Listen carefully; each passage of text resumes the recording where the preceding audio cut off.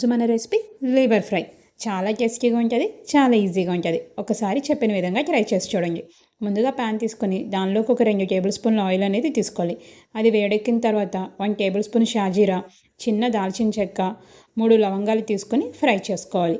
ఇవి ఫ్రై అయిన తర్వాత సన్నగా కట్ చేసినటువంటి ఉల్లిపాయ, పచ్చిమిర్చి వేసుకొని ఫ్రై చేసుకోవాలి. ఉల్లిపాయలు కొద్దిగా ఫ్రై అయిన తర్వాత ఒక 1 టేబుల్ స్పూన్ అల్లం వెల్లుల్లి పేస్ట్ అనేది వేసుకోవాలండి.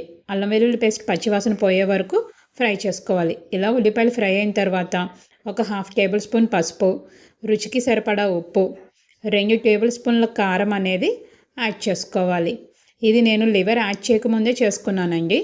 అలా వేసుకుంటేనే మనకు కర్రీ టేస్ట్ అనిపిస్తుంది. ఇప్పుడు దీనిలోకి ఒక 1 టేబుల్ స్పూన్ ధనియాల పొడి, 1 టేబుల్ స్పూన్ జీలకర్ర పొడి వేసుకొని మసాలాలన్నీ బాగా ఫ్రై అయ్యే వరకు ఫ్రై చేసుకోవాలి. ఇలా ఫ్రై అయిన తర్వాత మనకు ఆయిల్ అనేది పైకి తేలుతుందండి. ఇప్పుడు దీనిలోకి కొద్దిగా కరివేపాకు వేసుకోవాలి.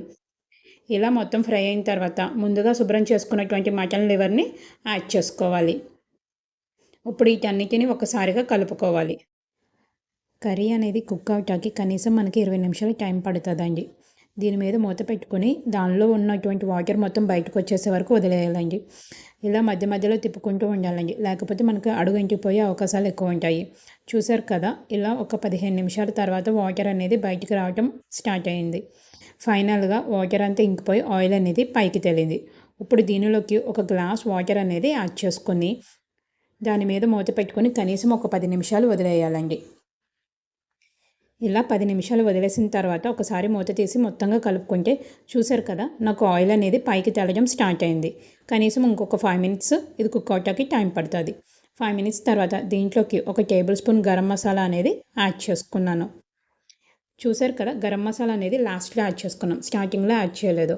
ఇలా అయితేనే టేస్ట్ చాలా బాగుంటుంది. ఒకసారి ఇలా ట్రై చేసి చూడండి. ఇప్పుడు గరం మసాలా అనేది ముక్కలకి బాగా పట్టేలాగా కలుపుకోవాలండి. ఈ కర్రీ ఉత్తగా అయినా ప్లేట్లో పెట్టుకుని తినేయచ్చు, పప్పుచారు చేసిన రోజు నంచుకోవచ్చు, లేకపోతే కర్రీని అలా రైస్లో కలుపుకొని తినేయచ్చండి. ఇప్పుడు సన్నగా కట్ చేసినటువంటి కొత్తిమీరని యాడ్ చేసుకోవాలి. ఇంకేముంది, మనకి మటన్ లివర్ ఫ్రై అనేది రెడీ అయిపోయింది.